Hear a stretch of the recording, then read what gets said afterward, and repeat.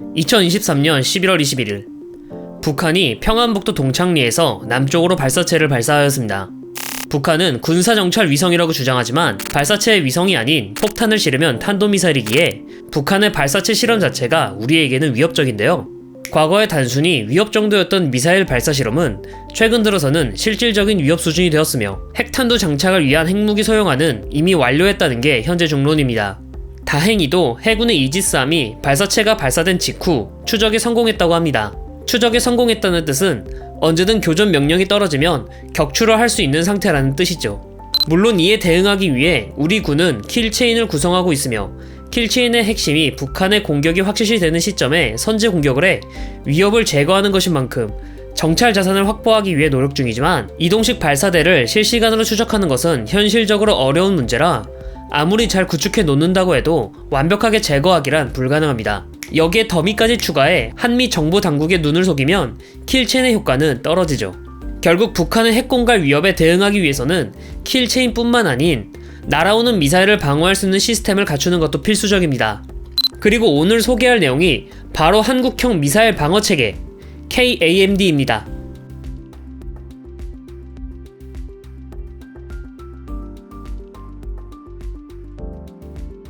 대한민국이 2차 세계대전 당시에 영국과 비슷하다고 말하면 의아해하는 사람들이 많을 겁니다. 영국 본토 항공전 당시 독일은 공습 기간 동안 2550기의 항공기를 동원해 런던을 공습해 도시 기능 일부를 마비시키는 등의 전과를 올렸죠. 그런데도 불구하고 영국 본토 항공전은 영국의 승리로 흘러가는데요. 홈 어드밴티지와 스피파이어라는 걸출한 전투기가 한몫했지만 사실 그보다 더 중요한 건 영국의 선진적인 대공 방어 체계에 있었습니다. 방공 책임자였던 휴 다우딩 공군대장은 레이더 기지에서 적기를 파악하면 중앙 관제 시스템에서 실시간으로 적기 현황을 파악하고 각 전투 비행단에게 작전을 지시하는 방식을 만들었습니다. 이 작전 체계 덕에 각 전투 비행단은 독일 항공기가 날아오면 항공군 규모에 맞춰 요격기를 출격시켰습니다. 독일군이 날아오는 방위와 고도를 알고 있으니 독일군보다 유리한 고도와 위치에서 기습할 수 있어서 효율적인 교전이 가능했죠. 이 방공 체계는 현대 공군에서도 기본적인 작전술로 사용되고 있습니다. 우리 공군도 중앙방공통제소, 약칭 MCRC에서 이상 목표가 탐지되면 각 비행단에게 명령을 내리는 방식으로 운영하고 있습니다. 현재 한반도의 하늘은 과거 영국과 비슷합니다. 당장 한반도 주변 좁은 공역에는 아군 전술기뿐만 아니라 중국과 북한 전술기 및 엄청난 양의 장사정포와 단거리 탄도미사일 등이 집중 배치되어 있습니다. 이런 곳에서 방공포대들이 개별적으로 교전을 하면 각 포대들 간 표적이 겹쳐서 비효율적인 교전을 할 수도 있고 제대로 된 표적을 요격하지 못할 수도 있죠. 한국형 미사일 방어 KAMD는 과거 영국이 그랬듯이 유사시에 우리 공역으로 날아오는 위협을 통합적으로 관리하고 식별한 뒤 각 포반에 요격 대상을 할당해 주어 효율적인 교전을 할 수 있도록 하는 시스템입니다. 사실 KAMD는 어제 오늘 만들어진 시스템이 아닙니다. 이미 공군은 날아오는 적 항공기에 대비해 MCRC 중심의 시스템을 구축했었고 탄도미사일의 위협이 커지자 겸사겸사 탄도미사일 방어를 위한 임무도 하고 있었기 때문이죠. 하지만 과거와 현재 KMD의 차이점은 과거에는 항공기가 가장 큰 위협이었다면 지금은 항공기 위협은 물론 탄도미사일과 장사정포 등의 위협도 추가되었습니다. 만약 북한이 이걸 섞어 쏘기라도 한다면 지금 가지고 있는 공군 자산과 MCRC만으로는 대응하기 힘듭니다. 따라서 MCRC도 이에 맞춰 탄도탄 작전 통제소인 KTMO 셀로 바뀌며 공군 자산뿐만 아닌 육군과 해군의 자산들을 모두 통합해 운영할 생각입니다. KTMO 셀의 핵심은 각 자산들의 통합 운용입니다. 미사일을 요격하기 위해서는 탐지, 추적, 교전, 평가의 단계를 거칩니다. 먼저 탐지란 한반도 공역 내에 들어온 미사일들을 찾는 걸 말합니다. 공군의 ELM-2080 레이더, 해군의 스파이1 레이더, 육군의 AN/TPY-2 등의 지상, 해상 레이더들이 대표적이죠.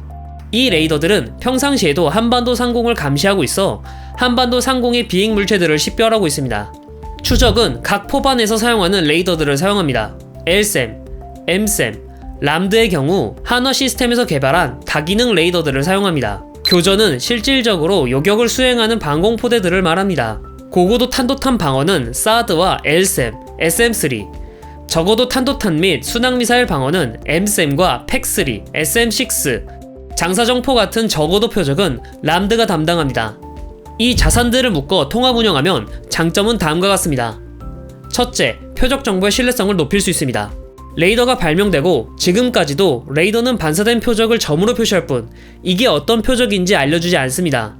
예나 지금이나 화면상에 잡히는 점이 무엇인지 알아내는 건 사람이 하고 있죠. 하지만 레이더들은 기계인 이상 오차율이라는 게 있기 때문에 아음속 정도의 느린 표적이라면 모를까 최소 음속 이상으로 날아오는 탄도미사일을 상대로는 대응 시간이 부족합니다. 따라서 각각의 레이더 기지에서 얻은 정보들을 하나의 통제센터에 연결하고 수신받은 데이터들을 합성하면 레이더 하나만으로 감시할 때보다 훨씬 더 신뢰성이 높은 표적 정보를 획득할 수 있습니다.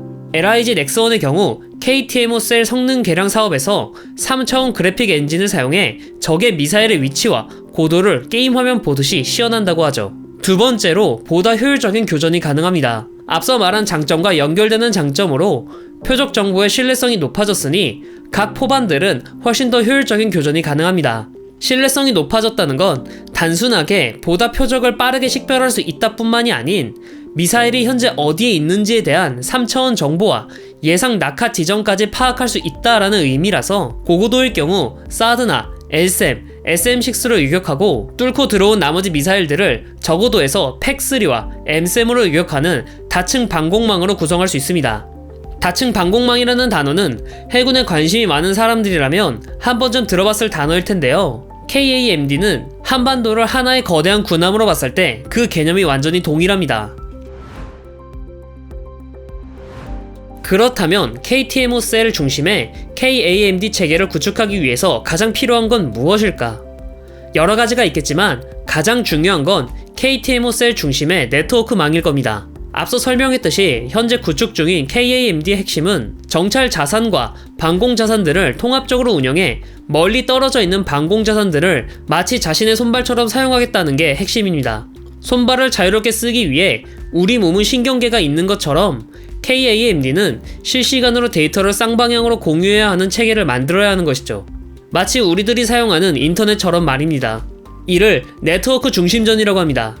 즉, KAMD를 제대로 구축하기 위해서는 어떻게 네트워크를 구축하느냐가 가장 핵심이라는 소리입니다. 여기서 두 가지 후보가 있는데 하나는 링크 16이며 하나는 링크 K입니다. 링크 16의 경우 현재 공군에서 사용 중이며 해군 이지스함들도 사용하는 네트워크입니다. 그래서 기존 장비와의 호환성이 높다는 장점이 있죠. 하지만 미국이 사용하는 네트워크라 미국에게 로열티를 계속 지불해야 하며 미국의 입맛대로 구축해야 한다는 단점이 있습니다. 링크 K는 국내에서 개발한 독자적인 네트워크로 링크 16의 단점을 해결할 수 있고 국군의 입맛대로 개량 및 업그레이드를 진행할 수 있지만 이제 막 걸음마 수준이라 네트워킹 환경이 제대로 구축되지 않은 상황이라 구축을 위한 시간이 필요하죠. 따라서 현재까지는 링크 16을 중심으로 네트워크 환경을 만들되 링크 16의 네트워크 내에 링크 K를 사용할 수 있게 절충식으로 구축할 가능성이 높습니다. 오늘 영상은 여기까지입니다. 재밌게 보셨다면 좋아요와 구독하기 부탁드리고요. 다음에는 더 흥미로운 영상을 준비하도록 하겠습니다.